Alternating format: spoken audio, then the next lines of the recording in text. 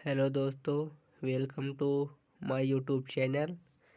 जी हाँ दोस्तों, मैं एक बार फिर आ गया हूँ आप लोगों के लिए लेकर क्लास 12th के बायोलॉजी के फर्स्ट चैप्टर के महत्वपूर्ण क्वेश्चन एंड आंसर। जी हाँ दोस्तों, जो वेरी वेरी इम्पोर्टेंट है, आपके बोर्ड एग्जाम में आने ही वाले हैं। ये दोस्तों, ये वीडियो उन लोगों के लिए है जो कभी स्कूल नहीं जाते किसी कारणवश, या न बुक खरीदते हैं, न किसी प्रकार नोट्स उपलब्ध हो पाती उनको। ये वीडियो उन्हीं के लिए है।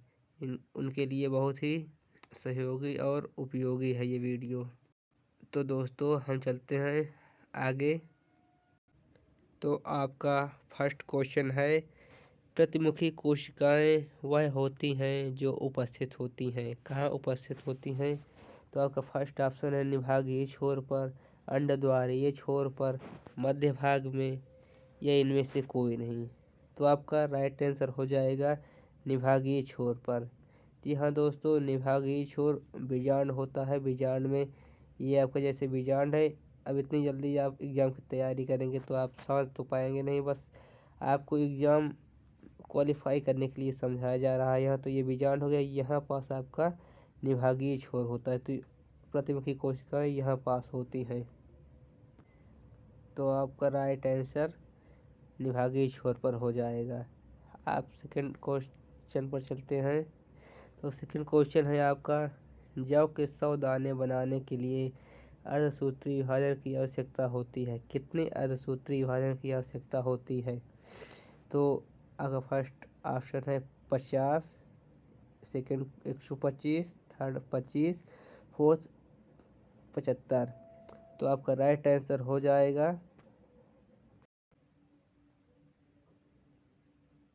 125। आपका राइट आंसर 125 हो जाएगा। थर्ड क्वेश्चन चलते हैं, बहुभ्रूणता खोजी गई। ये आपका वेरी वेरी इम्पोर्टेंट है, कई बार ये बोर्ड एग्जाम में आ चुका है।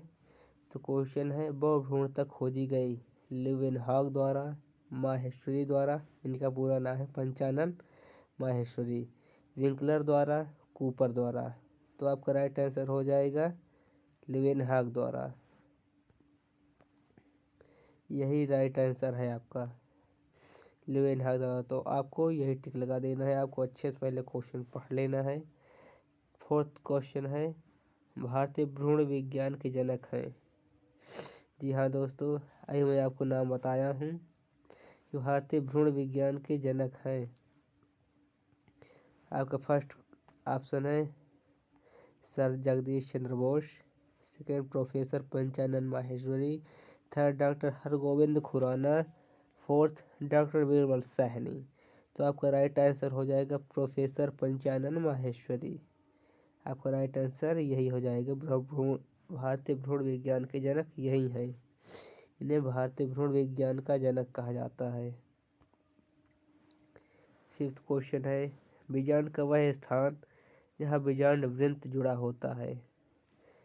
निभाग कहलाता है, या नाभिका कहलाता है, या केंद्रक कहलाता है, या माइक्रोपाइल कहलाता है। तो आपका राइट आंसर हो जाएगा सेकेंड, नाभिका, यानी हाइलम। हाइलम हो जाएगा, क्योंकि आपको समझाते चलें कि जैसे ये आपका बीजांड हो गया है, ये आपका बीजांड वृंत होता है। ये बीजांड वृंत होता है। यहाँ पास आपका नाभिका होता है, हाइलम। बीजांड वृंत जो होता है ऐसे आकर यहीं जुड़ा रहता है। आपको समझाने के लिए मैं रफली ड्रा कर रहा हूँ। आपका अगला क्वेश्चन है, द्विनिषेचन की खोज की थी। द्विनिषेचन जिसे त्रिसंलयन भी कहते हैं, इवानोव्स्की ने, ल्यूवेनहॉक ने, नवाश्चिन ने, स्ट्रासबर्गर ने। तो आपका राइट आंसर हो जाएगा नवाश्चिन ने। नवाश्चिन आपका राइट आंसर होगा। आपको बता दें कि ये जो इवानोव्स्की हैं, इन्होंने वायरस की खोज की थी, और ल्यूवेनहॉक ने बहुभ्रूणता की, आप आगे पढ़े ही हैं। स्ट्रासबर्गर हो जो है वो निषेचन की खोज की थी। तो आपका राइट आंसर हो जाएगा इवानोव्स्की वो नवाशिन, यही आपके राइट आंसर हो गए। इन्होंने ही निषेचन की खोज की थी। आपका अगला क्वेश्चन है, सैल्विया में परागण होता है। सैल्विया में किस प्रकार का परागण होता है? तो है जल परागण, वायु परागण या कीटों द्वारा परागण या इनमें से कोई नहीं। तो आपका राइट आंसर हो जाएगा कीटों द्वारा परागण। जी हाँ दोस्तों, ये सैल्विया जो है ये एक प्रकार का प्लांट है, पादप है। इसमें किस प्रकार का परागण होता है? तो आपका राइट आंसर हो जाएगा कीटों द्वारा निभाग पाया जाता है। परागकण में, बीजांड में, भ्रूणपोष में या उपरोक्त सभी में? तो आपका राइट आंसर हो जाएगा बीजांड में। ये आपका बीजांड है एक, तो निभाग ये जो है यहाँ पास निभाग पाया जाता है, जिसे कैलाजा भी बोलते हैं, चैलजा भी बोलते हैं। तो यहाँ पास आपका निभाग पाया जाता है। निम्नलिखित में से किसमें कीट परागण होता है? ये आपका फ्रूट या कुछ पौधे हैं जिनमें कीट परागण होता है। फर्स्ट है गुड़हल में, अंजीर में, गेहूं में या हाइड्रिला में? तो आपका राइट आंसर है गुड़हल में, क्योंकि इसमें कीटों द्वारा परागण होता है। परागण आप जानते ही हैं। तो गुड़हल का जो पुष्प होता है या गुड़हल का जो फूल होता है, इसमें कीटों द्वारा परागण होता है। पुष्पीय पादप का कौन सा भाग अगुणित होता है? पुष्पीय पादप या पादप में 4 भाग होते हैं। तो उनमें से कौन सा भाग अगुणित होता है, प्लाइड होता है, मतलब यन होता है? तो आपका ऑप्शन है जड़, पत्ती, नर युग्मक या युग्मनज। तो आपका राइट आंसर है नर युग्मक। आपका नर युग्मक हेप्लॉइड होता है, अगुणित होता है। अमरबेल होती है। अमरबेल भी एक प्रकार का पौधा होता है।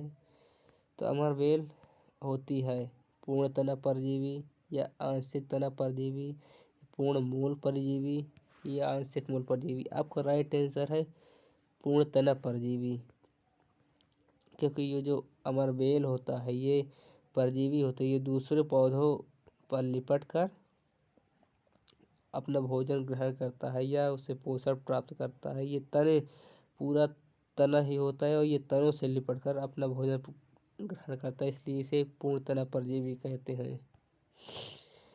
आपका नेक्स्ट क्वेश्चन है, आवृतबीजी पौधों का भ्रूणपोष होता है। द्विगुणित,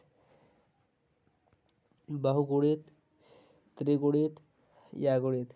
द्विगुणित 2n, बहुगुणित 3n होता है, 4n होता है। इसे ऐसे ही बहुगुणित मतलब ये है, त्रिगुणित 3n और अगुणित मतलब आप समझते हैं n। तो आवृतबीजी पौधों का भ्रूणपोष कैसा होता है? तो आवृतबीजी पौधों का भ्रूणपोष त्रिगुणित होता है, 3n। आपका राइट आंसर त्रिगुणित होगा। दोहरा निषेचन होता है शैवाल में, कवक में, अनावृतबीजी पौधों में, आवृतबीजी पौधों में? तो आपका राइट आंसर हो जाएगा आवृतबीजी पौधों में। आवृतबीजी पौधे को हम एंजियोस्पर्म ही बोलते हैं। आपका राइट आंसर ये हो जाएगा, इसमें दोहरा निषेचन पाया जाता है, जिसे त्रिशल्यन भी बोलते हैं हम। बीजांड का वह स्थान जहाँ बीजांड वृंत जुड़ा होता है? ये क्वेश्चन मुझे लगता है आपका आगे भी आ चुका है। तो ऑप्शन है निभाग या नाभिका या केंद्रक या माइक्रोपाइल में? तो इसका राइट आंसर हो जाएगा नाभिका, जिसे हम हाइलम ही बोलते हैं। इसको समझाने की ज़रूरत नहीं है आपको, मैं पहले ही समझा चुका हूँ हाइलम कहाँ होता है, बीजांड कहाँ जुड़ा होता है। जल परागित पादप का नाम क्या है? ये दोस्तों सन 2024 में भी ये आ चुका है ये क्वेश्चन। तो बहुत ही इम्पोर्टेंट है और बहुत ही ईजी है। फर्स्ट हाइड्रिला, मटर, नींबू, इनमें से कोई नहीं। आप तो नॉर्मली जानते हैं मटर में कैसा परागण होता है, जल थोड़ी परागण करता है, न नींबू में होता है। बचा है आपका ऑप्शन हाइड्रिला, तो यही आपका राइट आंसर हो जाएगा। हाइड्रिला में जल परागण होता है। निम्न में से कूट फल है अंगूर, सेब, आम, मटर, तो आपका राइट आंसर हो जाएगा सेब। सेब आपका आभासी फल होता है, कूट फल, तो आपका राइट आंसर यही हो जाएगा। तो आपको हम बताते चले कि कूट फल या आभासी फल कहते किसे हैं। तो परिपक्व अंडाशय द्वारा वास्तविक फल होता है। यदि फल के निर्माण के अंडाशय के अलावा फूल का अन्य भाग भी भाग लेता है तो फल आभासी कहलाता है। सेब के निर्माण में वास्तविक अंडाशय के अलावा भी थैलमस भी भाग लेता है, इसलिए यह एक आभासी फल होता है। भ्रूणपेश में गुणसूत्रिक संख्या होती है 2x, 3x या x, इनमें से कोई नहीं, तो आपका राइट आंसर हो जाएगा 3x। जी हाँ दोस्तों, एम्ब्रियो सैक में गुणसूत्रिक संख्या 3x होती है, मतलब ये त्रिगुणित होता है एम्ब्रियो सैक। निम्नलिखित में से कौन एक आभासी फल नहीं है। ये क्वेश्चन देखिए घुमा कर पूछा गया है, कौन एक आभासी फल या कूट फल नहीं है। तो सेब तो है, स्ट्रॉबेरी भी है, अखरोट भी है, आपका राइट आंसर आम है, यह एक आभासी फल नहीं है। एक प्रारूपी आवृतबीजी भ्रूणकोश परिपक्व होने पर होता है, कैसा होता है। आपका ऑप्शन है 7 केंद्र की और 8 कोश की, 7 कोश केंद्र की, 7 कोश की, 8 केंद्र की, 7 कोश की, या 8 केंद्र की या 8 कोश की। तो आपका राइट आंसर थर्ड वाला हो जाएगा, 8 केंद्र की तथा 7 कोश की। ये आपका राइट आंसर हो जाएगा। ये भी काफ़ी इम्पोर्टेंट क्वेश्चन है, ये शायद आपकी बार पूछ भी सकता है 2025 के बोर्ड एग्जाम में, तो इसे आप अच्छे से देख लें और याद कर लें। परागण होता है, परागण प्रकार का होता है, मतलब कितने प्रकार का होता है पॉलिनेशन। आपका फर्स्ट ऑप्शन है 6 प्रकार का, सेकंड है 3 प्रकार का, थर्ड है 2 प्रकार का, फोर्थ है 4 प्रकार का। आप अगर परागण पढ़े होंगे या ना पढ़े होंगे तो मैं आपको बताऊंगा, बाकी पढ़े होंगे तो आपको पता ही होगा परागण कितने प्रकार का होता है। तो आपका राइट आंसर हो जाएगा ये 2 प्रकार का। परागण आपका 2 प्रकार का होता है, कौन कौन से। एक तो स्वपरागण होता है और दूसरा परपरागण होता है।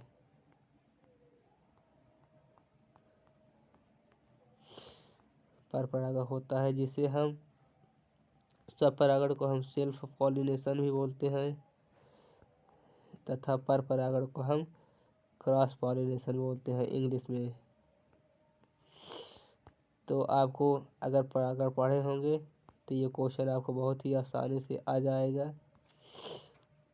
तो दोस्तों मैं उम्मीद करता हूँ कि ये वीडियो आपके लिए काफ़ी हेल्पफुल साबित हुई होगी, और आपको वीडियो अगर पसंद आई हो तो अधिक से अधिक लाइक और सब्सक्राइब करें और अपने दोस्तों के पास ये वीडियो ज़रूर शेयर करें कि उनको भी काफ़ी मदद मिल सके। प्लीज़ सब्सक्राइब करें चैनल को। Thank you. अब मिलते हैं अगले वीडियो में। Okay bye.